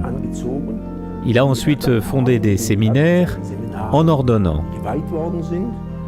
Et il a progressivement implanté des prieurés dans les pays d'où venaient ces vocations, ainsi que des séminaires, des maisons de retraite, des écoles. C'était une petite chrétienté qu'il reconstruisait peu à peu.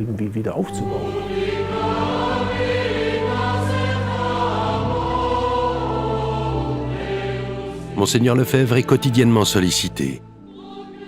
Dès 1971, il est contacté par des jeunes filles qui veulent se consacrer à Dieu. Il crée alors les Sœurs de la Fraternité Saint-Pie X pour faciliter la tâche de ses prêtres. C'est sa propre sœur, Mère Marie-Gabrielle, qui a accepté de se charger de cette fondation. Dans le même temps, leur sœur Christiane, carmélite, refonde en Belgique des couvents d'esprit traditionnels. Il n'avait pas de plan préétabli. C'est au fur et à mesure des circonstances qu'il a fait ce qu'il fallait pour que la foi soit maintenue et qu'il puisse transmettre ce qu'il avait reçu. Mais il n'y a pas de plan. Il était profondément pragmatique. C'est un ancien missionnaire, vous savez, donc on s'adapte au terrain au fur et à mesure que les circonstances et des besoins. Les ordres religieux masculins se développent également. À Mérigny, l'abbé Lecareux reçoit le soutien de Monseigneur Lefebvre pour réévangéliser le centre de la France. Dans le Vaucluse, il ordonne les prêtres du monastère du Barou. En Beaujolais, il soutient le père Eugène qui maintient l'ordre de Saint-François. À Avrier, en Anjou, le prélat confère les ordres à de jeunes dominicains. En Afrique, il avait constaté que la vie religieuse était souvent à l'origine de la conversion des païens. La manière de vivre des religieuses et des prêtres était souvent un facteur très fort dans l'éclosion des conversions. Ces nombreuses communautés font elles-mêmes des fondations à travers le monde. Elles vont des États-Unis jusqu'à la Nouvelle-Zélande. Eh bien, il est venu me rendre visite 3 fois à San José, en Californie. La dernière fois, en 1984. À chaque fois, il recevait bon accueil. Bien entendu, si les prêtres et les évêques locaux s'apercevaient qu'il venait, ils mettaient en place des avis pour dire de ne pas aller le voir. Mais d'après ce que j'ai vu, dans tous les endroits où il allait, il recevait bon accueil de centaines, voire 1000 et même 2000 personnes. Avec le temps, Monseigneur Lefebvre va également être sollicité pour créer des écoles de garçons.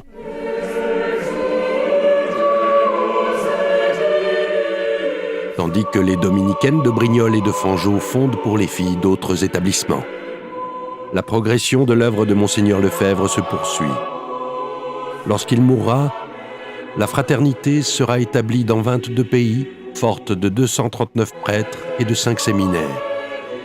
Une fois, une petite anecdote, dans la voiture, je dis, mais Monseigneur, il y a une chose que je ne comprends pas. Tous les grands fondateurs d'ordre ont eu un commerce avec le ciel.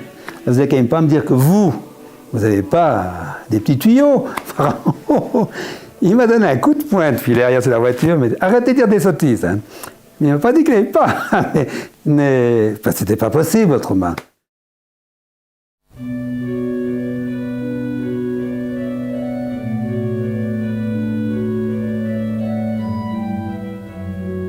Dans les années 80, les relations avec les autorités s'aggravent. De son côté, Rome pense voir mourir la fraternité Saint-Pie X avec son fondateur, dont l'âge avancé et la santé chancelante laissent entrevoir une disparition prochaine. Monseigneur Lefebvre m'a parlé personnellement de l'idée d'un sacre pour la première fois en 1983. Il était malade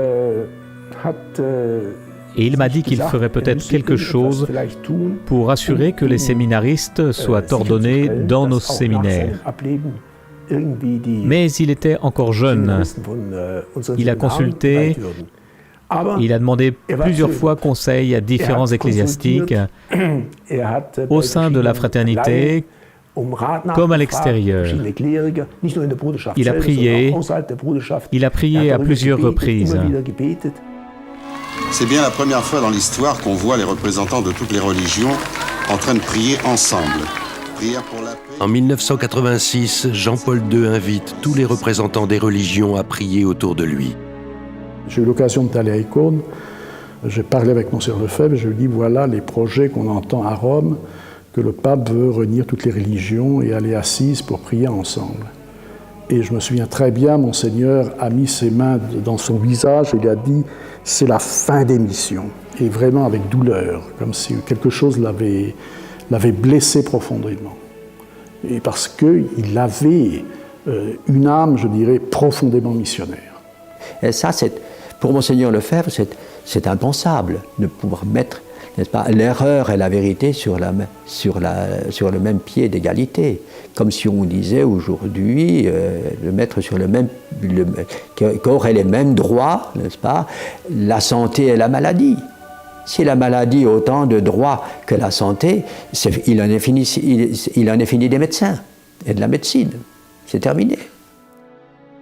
Spectacle surprenant dans Assise en prière pour cette journée de la paix. On a vu des chefs religieux musulmans prêcher dans les églises devant des chrétiens assis aux côtés des fidèles de l'islam. Alors Assise, en 86, ça a été pour lui le drame. Voir le pontife, vicaire du Christ, successeur de Pierre, ravalé au rang de n'importe quelle religion. Monseigneur Lefebvre en a été très humilié. Et là aussi, c'est parce qu'il avait une foi formidable au Christ, que le Christ est le Fils de Dieu, qu'il n'a pas supporté de voir le successeur de Pierre dans cette attitude physique, morale, théologique. Et c'est là qu'il faut voir la raison de procéder 2 ans plus tard au sacre épiscopal. J'en suis persuadé. Toutefois, en visite à Rome au cours de l'année 1987, Monseigneur Lefebvre rencontre à plusieurs reprises le cardinal Ratzinger, supérieur de la Congrégation pour la doctrine de la foi, un fin théologien allemand qui a été nommé pour résoudre le différend avec l'œuvre des cônes. Alors, Monseigneur Lefebvre était un homme de principe, mais en même temps, il savait très bien que les interlocuteurs seuls existants, c'était la curie romaine. Et donc, il fallait garder des relations cordiales avec les hommes de la curie. Parce que la solution de la crise de l'Église viendra de Rome. Et il en était persuadé. Donc, il fallait absolument garder des contacts avec Rome. Le cardinal Ratzinger poursuit les entretiens dans les mois qui suivent. Monseigneur Lefebvre envoie 2 de ses prêtres à Rome travailler à un accord, tandis que le cardinal Gagnon est envoyé par le Saint-Siège pour inspecter les différents lieux de la fraternité. Voyons des choses très édifiantes partout. C'est long, mais nous essayons d'aller partout, de voir les œuvres qui s'accomplissent. Nous trouvons qu'il se fait beaucoup. Et quel accueil vous recevez auprès des communautés, de la communauté? Très bien. On ne peut pas demander on ne peut demander un accueil plus chaleureux. On parle toujours du grand amour qu'on a pour le pape et pour l'Église, et du désir qu'on a d'être pleinement reconnu dans l'Église. Le 5 mai 1988, les 2 parties conviennent d'un protocole d'accord.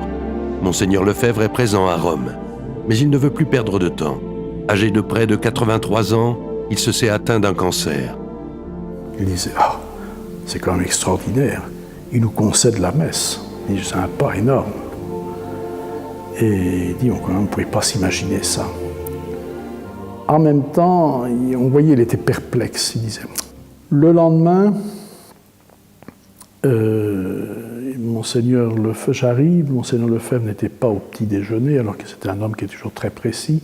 Et un confrère me dit, il a dit qu'il devait finir une lettre, mais qu'il allait arriver d'un moment à l'autre. Et il arrive, et il me dit, tapant sur l'épaule, il me dit, l'abbé, il faut qu'on passe au Vatican, il faudrait que vous déposiez cette lettre au Vatican. Et c'était la fameuse lettre, justement, où il retirait sa signature. Certains ont dit, mais il a retiré sa signature sous des pressions, parce qu'il y a des groupes de pression.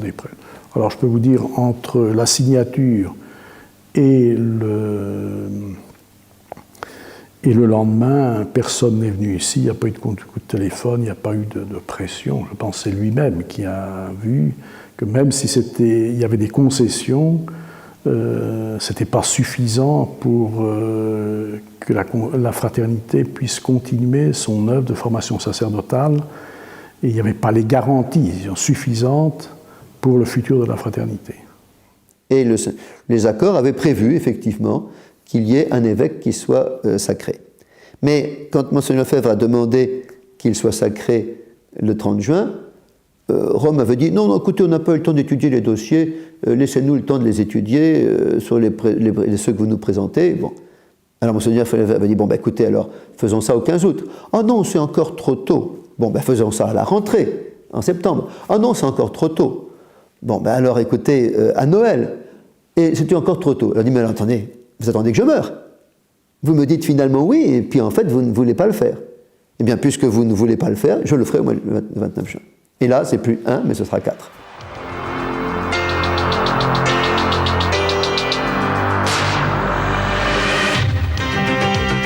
L'information du jour, c'est ce qui s'est passé tout à l'heure à Écône, le premier schisme de l'Église catholique depuis plus d'un siècle. Monseigneur Lefebvre s'est excommunié lui-même en ordonnant 4 évêques. Le 30 juin 1988, Monseigneur Lefebvre pourvoit avec Monseigneur de Castromayer, son ancien ami au concile, au sacre de 4 évêques. Loin de moi de m'ériger en pape. Je ne suis qu'un évêque de l'Église catholique qui continue à transmettre la doctrine. Alors je ne puis pas, en conscience, laisser ces séminaristes orphelins, et je ne puis pas vous laisser, vous non plus, orphelins, en disparaissant sans rien faire pour l'avenir. Ce n'est pas possible. Ce serait contraire à mon devoir. Dans quelques années, je ne sais pas, le bon Dieu seul connaît le nombre des années qu'il faudra, pour que le jour où la tradition retrouve ses droits à Rome, nous serons embrassés par les autorités romaines qui nous remercieront d'avoir maintenu la foi dans les séminaires, dans les familles, dans les cités, dans nos pays, dans nos couvents, dans nos maisons religieuses, pour la plus grande gloire du bon Dieu et pour le salut des âmes. Et le soir des sacres, je peux le dire, il m'a convoqué et il m'a dit « Ma mère, je suis dans une paix incroyable, je suis sûre que j'ai fait ce que le bon Dieu voulait. » Magnifique, hein? Ce matin encore, j'étais torturée, je me demandais si vraiment je faisais une œuvre d'église ou une œuvre personnelle, et je suis sûre que le bon Dieu me l'a demandé, et la paix qui m'habite, pour moi, est une certitude. L'émotion est très vive dans l'Église. Sur les 212 prêtres de la fraternité Saint-Pie X, une quinzaine va se désolidariser. Le surlendemain, Rome publie un décret d'excommunication et appelle les fidèles à ne plus suivre le prélat d'Écône. Il y a quelques adeptes de Monseigneur Lefebvre qui le suivent en Occident, dans quelques pays. Il faut avoir une vue très universelle de l'Église. Il faut rencontrer les évêques d'Afrique, les évêques d'Amérique et d'ailleurs pour comprendre à quel point c'est un groupe isolé, une sorte de secte. Les répercussions on ne peut pas les prévoir. Ce que je puis dire en tout cas, c'est que nous nous montrerons accueillants pour tous ceux, et ils seront nombreux, qui refuseront de suivre Monseigneur Lefebvre dans ce schisme dramatique pour l'Église. Moi, à l'époque, je n'étais pas capable de porter un jugement.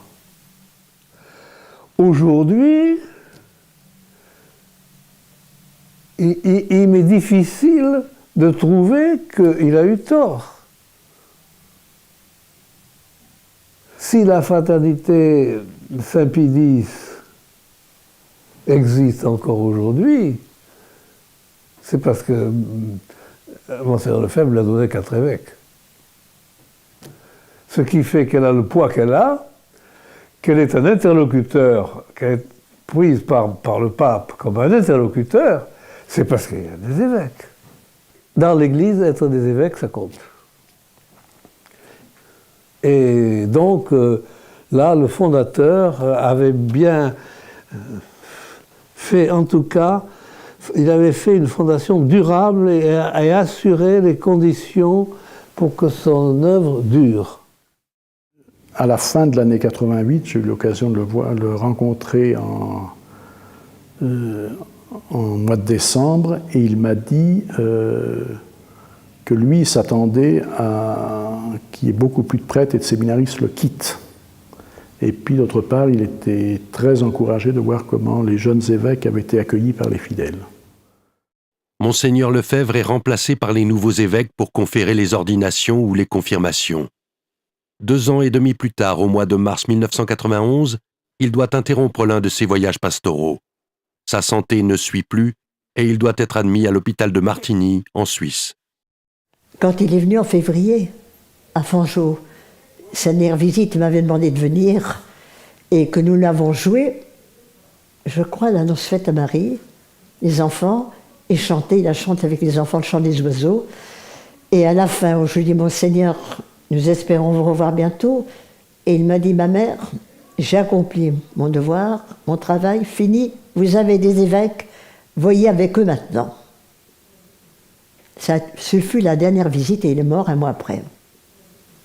Et le matin du 25 mars, à 3 h du matin, il s'est éteint.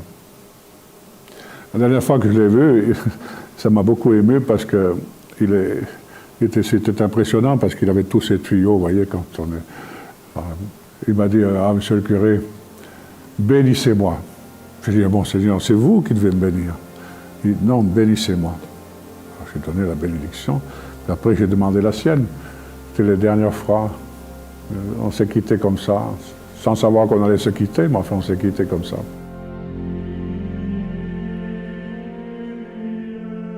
Le 2 avril, devant les caméras du monde entier, le corps du petit gars du Nord, du broussard du Gabon, de l'archevêque africain, du délégué de Pie XII, du fondateur de la fraternité Saint-Pie X s'en va. Il est porté par ses prêtres et il rejoint sa dernière demeure au séminaire d'Eekhoon.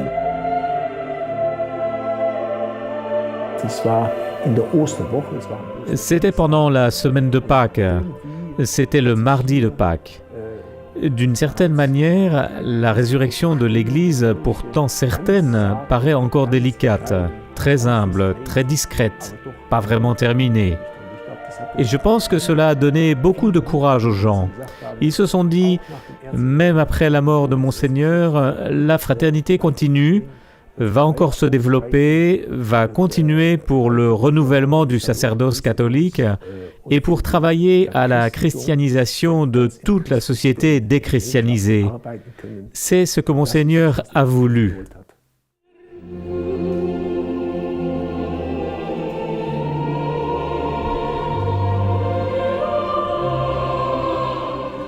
Il voulait faire la volonté de Dieu, il voulait faire ce que Dieu voulait qu'il fasse avec lui, ça c'est tout à fait certain. Je me souviens un jour lui avoir demandé, quand il a eu tous ses ennuis avec Rome, lui dire, mais écoute, et quand tu seras mort, qu'est-ce qui se passera? Est-ce qu'il y a quelqu'un qui va pouvoir te remplacer? Qu'est-ce qui se passera avec la fraternité? Il m'a dit, mais rien de spécial, c'est bien simple. Si la fraternité est de Dieu, elle continuera. Et si elle n'est pas de Dieu, elle mourra. C'est tout. C'est ce que voudra le bon Dieu. Moi, ça ne me tourmente pas du tout, il me disait. Et en fait, je suis persuadée que c'était ça qu'il voulait, en effet, c'était que la fraternité fasse ce que Dieu voulait qu'elle fasse et que lui aussi en fasse autant.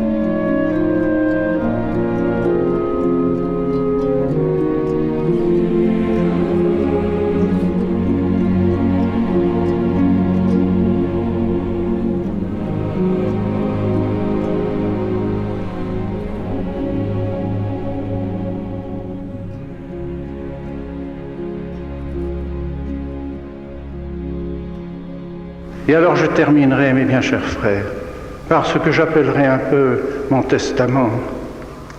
Testament, c'est un bien grand mot, parce que je voudrais que ce soit l'écho du testament de notre Seigneur. Novi et aeterni testamenti. C'est le prêtre qui récite ces paroles à la consécration du précieux sang. Hic est calix sanguinis mei, novi et aeterni testamenti. L'héritage que Jésus-Christ nous a donné, c'est son sacrifice, c'est son sang, c'est sa croix. Et ça, c'est le ferment de toute la civilisation chrétienne et de ce qui doit nous mener au ciel. Alors je vous dis, pour la gloire de la très sainte Trinité, pour l'amour de notre Seigneur Jésus-Christ, pour la dévotion à la très sainte Vierge Marie, pour l'amour de l'Église, pour l'amour du pape, pour l'amour des évêques, des prêtres, de tous les fidèles,